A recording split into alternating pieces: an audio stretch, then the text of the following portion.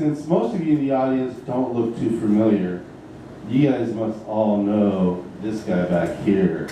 This guy named Balin Lusby. Yeah! Some will know him as a poet, some as a musician. I'm not sure if he's going to do a bit of both. But he is going to make words appear, right? Okay, welcome Balin to the stage.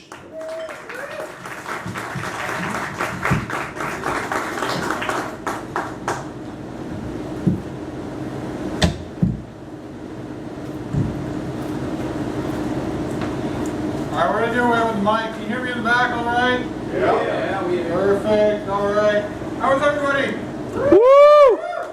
Yeah, very good. So like I said, for those that don't know me, my name is Balin. I'm going to do some spoken word for you tonight. And my first piece tonight is called Ink Lust.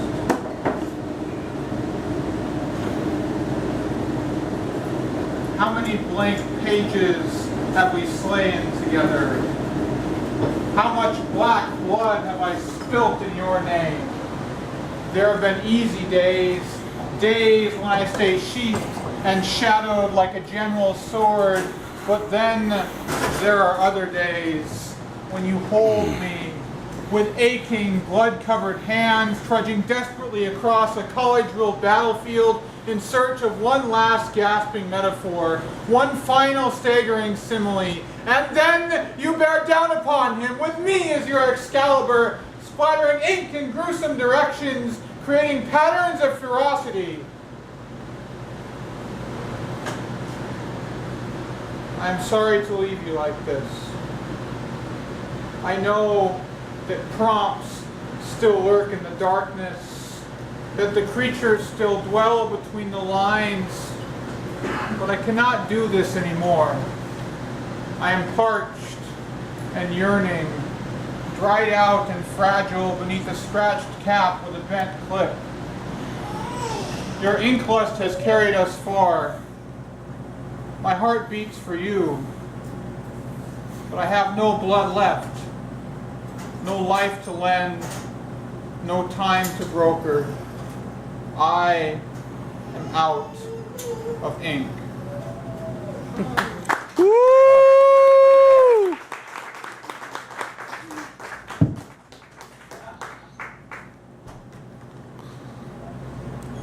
All right, the second piece is called Hunter.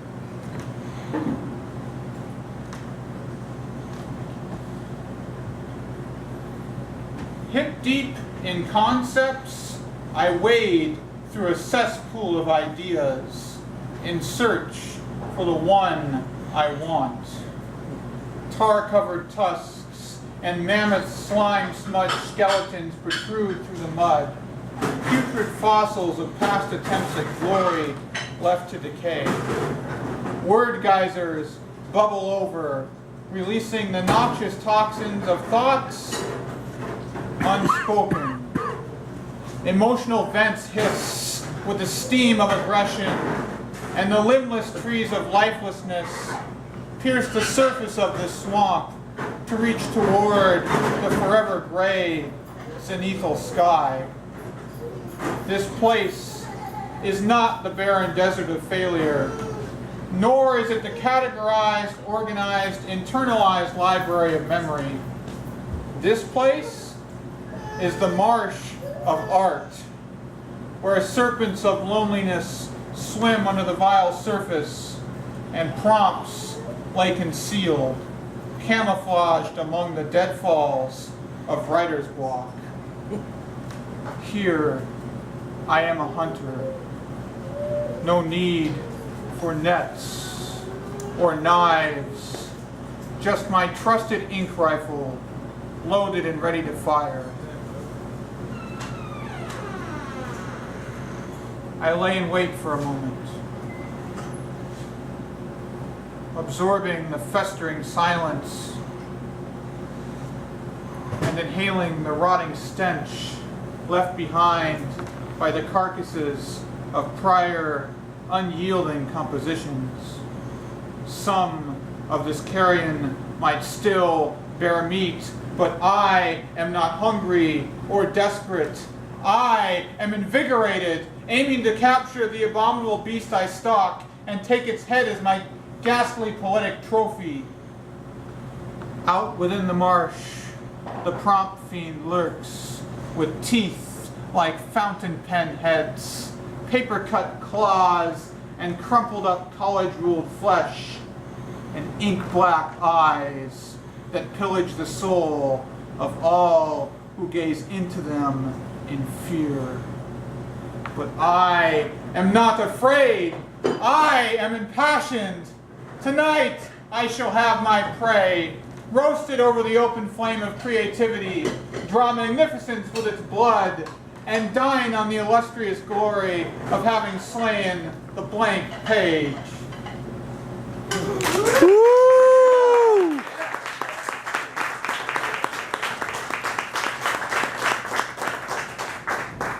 Whoa, we got a striptease too?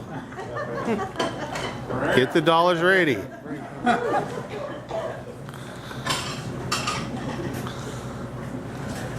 Alright, this one is empty shells and blank pages. Always on the offense, no need for sheath or holster, but what you don't realize is those things were made to protect you, not the rest of us. You've built up your reputation, made a dozen enemies to make just one friend, their non-understanding crumbling like eggshells next to your omelet friendship. I accept that not everyone can respect what you are trying to do. But it's the way you go about it, subbing false logic for logic, founding your principles on half-truths and hollow ideas like discarded snail shells you picked up along the way from those who have moved on, monotonously to the next thing. You pride yourself on how much you know, while forgetting to gauge how much you don't. Facts drop and dust on your mental shelving, overwhelming snippets and trivia. This is your arsenal, brain like an ordnance, filled with weapons but no ammunition. You know only enough to make it seem like you know more, hoping the dust on your shelves will mask your mediocrity. I warn you as a friend, a life built on empty ideals, vacant snail shells, will crumble under the weight of someone who has stocked their mental shelves with a library. The words you've drawn in the sand will be swept away, and you'll be left holding an empty pistol, swinging a dull sword, ready to be disproven. If only you would stop trying to seem great and try to be great. Stop trying to seem great and be great. You will only learn by being wrong. Woo!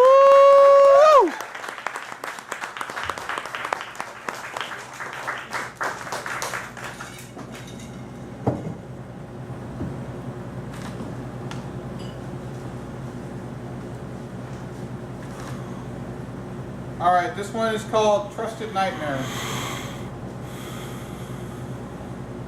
I stand in darkness, internal compass spinning rampantly, conscience torn between desire and truth. Reality, warped, bent, skewed by a dream, deceitfully better than the world.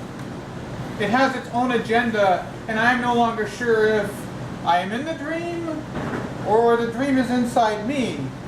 Its parasitic twists and turns leech away memories, implant false truths, and keep me in a spiraling labyrinth called a trusted nightmare. I tread on shattered hopes and tattered goals.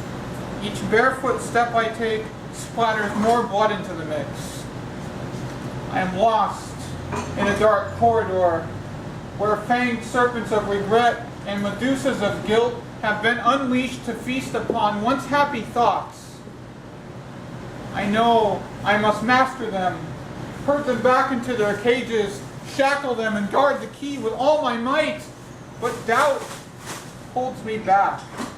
its talon grip set firmly upon my shoulders. And fear anchors me down, its gnashing serrated teeth boring into my ankles, while its manic cayman grin and cruel yellow eyes gleam with a malicious luster. I know not what to do but weep. Then darkness attacks. I feel weight on my chest, falling, drowning in lackluster blackness, and painful poison, vicious venom. I struggle, helplessly wrapped and tangled in a web of deceit, lies told to protect, defend, or so I told myself. But I was lying then too. I cried desperately out into the darkness, but no one stops to listen. Not a soul wants to hear. I am alone, as the spiders of my thoughts argue over which part of me to devour first.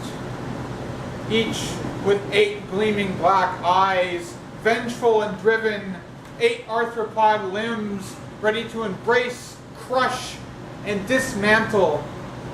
One for each deadly sin, and one more for my own ignorance, an extra eye to see my faults, an extra limb to step on them and dismember them like an insect, and fangs, oozing with poison, vicious venom. But my fear of the truth yields enough determination that I break free, and I run until I can't anymore, heart pounding, nearly suffocating. What corner of my hell am I in now? The spring in my step is wound so tight I can't jump anymore, and the blood in my veins feels like it doesn't belong. Each beat of my heart is followed by another, after another, after another, after another, a rapid succession of throbs forcing an alien liquid through my body. I ask myself, would God blame me for setting it free? Every breath I take feels forced.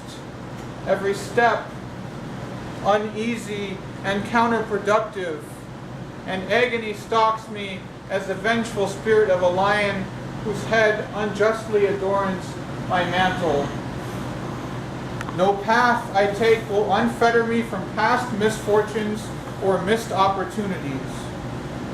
But not all of the demons of my history are malevolent. They are here to aid me, force the vile sides of truth back into their rightful place, and help me wake up. Woo!